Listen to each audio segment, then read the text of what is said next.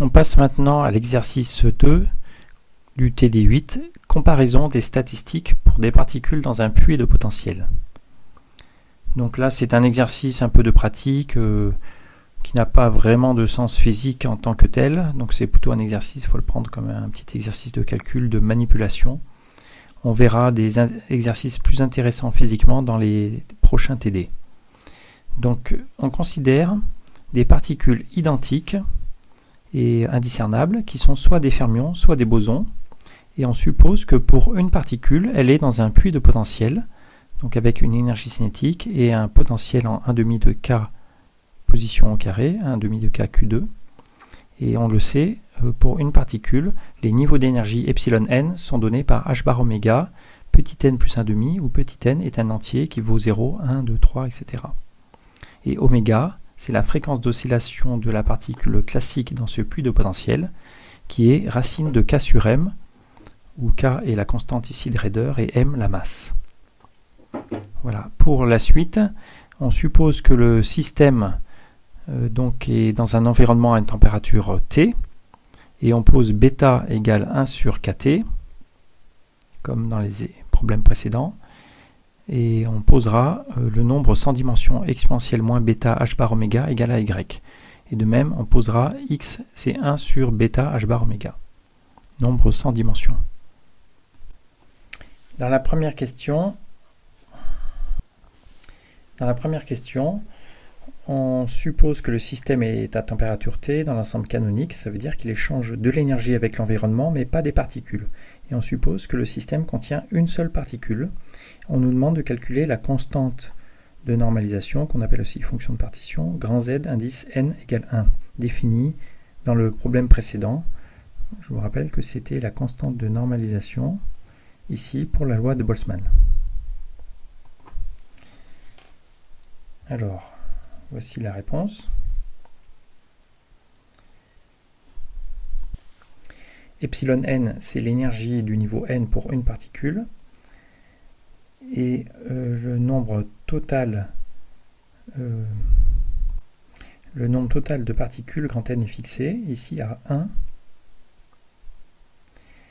Petit m est le nombre et l'état qui décrit le système total.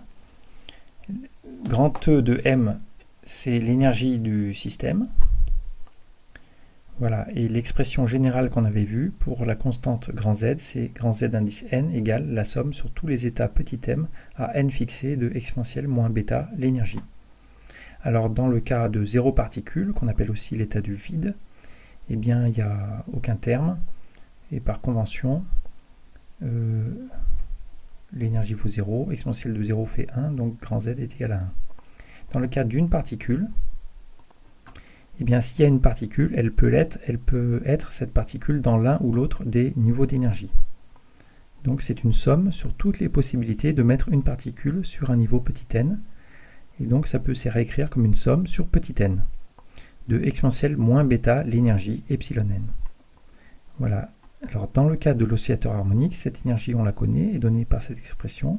On peut factoriser ici la constante avec le 1/2, il reste une somme de termes puissance n, c'est une série géométrique. On avait posé y égale 7 exponentielle, donc c'est une somme de y puissance n, qui était une série géométrique, ça donne 1 sur 1 moins y fois racine de y. Voilà la réponse. Question 2, c'est le même genre de calcul pour deux particules, toujours dans l'ensemble canonique. Et pour les cas, l'un après l'autre, pour le cas des bosons, puis le cas des fermions. Alors c'est toujours la même stratégie qu'on va suivre. Donc on suppose qu'au total il y a n égale 2 particules. Et bien ces deux particules, il faut savoir où elles sont. Elles sont dans l'un ou l'autre des niveaux. Et on va supposer qu'il y en a une qui est dans le niveau n1 et l'autre dans le niveau n2. Où n1 et n2 sont des entiers positifs. Donc là on trace le plan n1 et n2. Il y a toutes les possibilités. Mais là, comme ce sont des particules indiscernable, on peut supposer que n1 est plus petit que n2. Alors dans le cas des bosons, les deux particules peuvent être dans le même niveau. Donc il se pourrait que n1 égale n2. Donc on se limite seulement au cas N1 inférieur ou égal à N2. Donc dans le plan N1, N2, c'est le triangle ici supérieur où N1 est plus petit que N2. Et N1 égale N2, c'est la diagonale qui est acceptable dans le cas des bosons. Par contre, dans le cas des fermions, il ne peut pas y avoir deux fermions dans le même niveau, parce que le nombre de fermions est limité à 1. Et donc forcément, N1 est strictement plus petit que N2. Donc les possibilités sont encore décrites par ce triangle ici, mais la diagonale est exclue dans le cas des fermions. Donc je vous rappelle, ainsi on vient de montrer qu'un niveau à deux particules est caractérisé par un état à deux particules est caractérisé par les niveaux petit n1 et petit n2 qui contiennent ces particules. Alors faisons le calcul. Donc dans le cas des bosons, c'est une somme sur toutes les possibilités petit n1 inférieur ou égal à petit n2 de l'exponentielle moins bêta l'énergie. Et donc ce sera l'énergie totale, c'est l'énergie de la première particule plus l'énergie de la deuxième particule.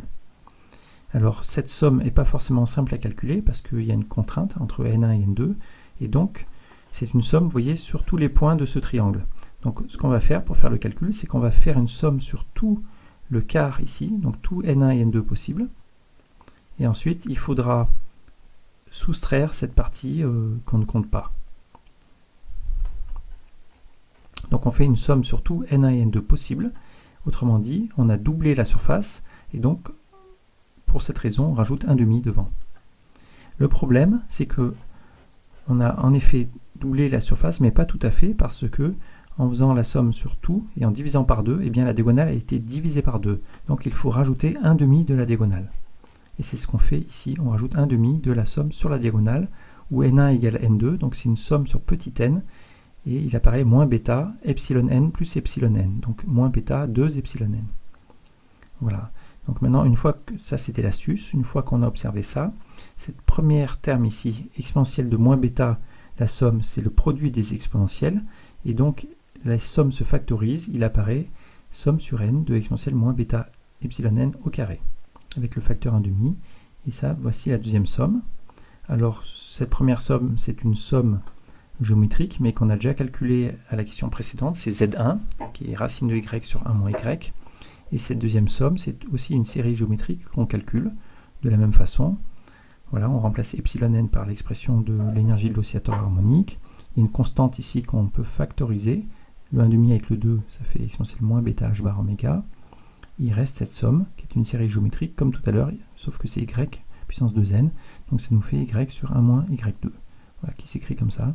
Et donc finalement, en reprenant cette formule ici, pour Z2, on a 1,5 de Z1 plus cette somme, ça nous fait donc 1,5 de y sur 1 moins y carré plus ce facteur, 1,5 de ce facteur ici. On met sur le même dénominateur et ça nous donne ce résultat final. Z2 égale y sur 1 moins y carré fois 1 plus y dans le cas des bosons. Dans le cas des fermions, c'est la même démarche, à la seule différence près que deux fermions ne peuvent pas être sur le même niveau. Et comme on l'a dit, donc, la somme sur N1 et N2 est contrainte par N1 strictement inférieur à N2, parce qu'on somme seulement sur cette zone-là, et la diagonale est exclue, dans le cas des fermions. Donc on va faire la même astuce, c'est qu'on va dire, on va remplacer par une somme sur tout le domaine N1 et N2 possible. Comme ça, on va compter deux fois ce passage-là, sauf qu'on aura rajouté la diagonale. Alors ça nous donne, on somme sur N1 et N2 avec un facteur 1,5. Okay. Donc c'est valable, sauf qu'en faisant ça, on a rajouté 1,5 de la diagonale, donc on soustrait 1,5 de la diagonale. Et voilà, et ensuite les calculs sont comme tout à l'heure. Il apparaît ici Z1 au carré, donc cette expression au carré, et il apparaît ici cette somme qu'on a calculée tout à l'heure. On met sur le même dénominateur et on obtient ce résultat, et on observe que c'est tout simplement y fois le résultat Z2 dans le cas des bosons. Voilà, maintenant on peut passer à des grandeurs physiques, par exemple calculer l'énergie moyenne dans le cas de deux particules, l'énergie moyenne du système comprenant les deux particules. Et cette énergie moyenne, on la compare à h bar oméga, qui est une énergie caractéristique du problème. Donc on calcule petit u qui est sans dimension, une sorte d'énergie réduite, E moyen divisé par H bar oméga. On se rappelle dans l'exercice précédent, on va le voir, que l'énergie moyenne, dans le cas de l'ensemble canonique, c'est moins dérivé par rapport à bêta de log de Zn. Donc ici, log de Z2. Voilà, donc on va dire que l'énergie moyenne qu'on cherche, c'est moins dérivé par rapport à bêta de log de Z2. Alors, il se trouve que Z2, on l'a calculé par rapport à Y. Donc on fait des dérivées composées, on fait la dérivée par rapport à Y de log de Z2 fois la dérivée de Y par rapport à bêta. Or, la dérivée de Y par rapport à bêta, eh bien, d'après l'expression de Y, c'est assez simple, ça nous fait sortir H bar oméga, moins H bar oméga Y, et on obtient donc que l'énergie réduite, énergie moyenne divisée par H bar oméga, c'est 1 sur H bar oméga, fois cette dérivée de log de Z2 par rapport à Y, fois ce terme-là. Voilà. Et donc, les H bar oméga se simplifient, il nous reste juste cette expression très simple. Donc, Z2 dépend du fait qu'il s'agit de fermions ou de bosons. Tout d'abord, dans le cas des bosons, on avait obtenu cette expression pour Z2 en fonction de Y. Donc là, c'est un petit calcul. On prend le log, donc ça fait log de Y moins 2 log de 1 moins Y, moins log de 1 plus Y. Et il faut dériver par rapport à Y. Donc c'est simple, la dérivée de log de Y par rapport à Y, c'est 1 sur Y, etc. Moins 2. Donc là, les moins et les moins, ça nous fait plus 2 sur 1 moins Y. Et là, la dérivée par rapport à Y, ça nous fait moins 1 sur 1 plus Y. On met pas sur le même dénominateur. Voilà, on reste comme ça. On a le résultat. Dans le cas des fermions, l'expression de Z2, c'est Y fois l'expression de Z2 pour les bosons. Et donc, on prend la même formule ici pour calculer l'énergie réduite. Et lorsqu'on va prendre le log, il y aura log de Y plus log de Z2 des bosons. Voilà, et donc, ça rajoute ce terme au résultat précédent. Donc, log de Y par rapport à Y, c'est 1 sur Y fois Y, ça fait 1. Donc voilà, l'énergie réduite des fermions, c'est l'énergie réduite des bosons plus 1. On nous demande de tracer l'allure de ces fonctions. Alors, voilà, là je l'ai tracé par rapport à x, et ça fait une formule comme ça, où tout simplement l'énergie des fermions est 1 au-dessus de l'énergie des bosons. Bon, alors, ce qui compte dans ce résultat, c'est d'observer en effet que ce n'est pas le même résultat pour les fermions et les bosons, et l'explication est assez simple finalement, c'est que les bosons peuvent se mettre tous les deux dans le même état, alors que les fermions ne peuvent pas. Et donc ça oblige le deuxième fermion à aller sur des niveaux d'énergie supérieurs, et donc l'énergie totale du système sera supérieure dans le cas des fermions en moyenne par rapport à celle des bosons. Donc on s'attend à ce que la courbe des fermions soit au-dessus de la courbe d'énergie des bosons en moyenne. Voilà, et le calcul précis nous montre que c'est décalé de 1. 1, ça veut dire H bar oméga. Dernière question, calculer l'entropie du système de la même façon pour les fermions et les bosons et pour deux particules. Alors l'entropie, on avait vu qu'elle était donnée dans le cas de l'ensemble canonique, donc c'était dans le problème précédent.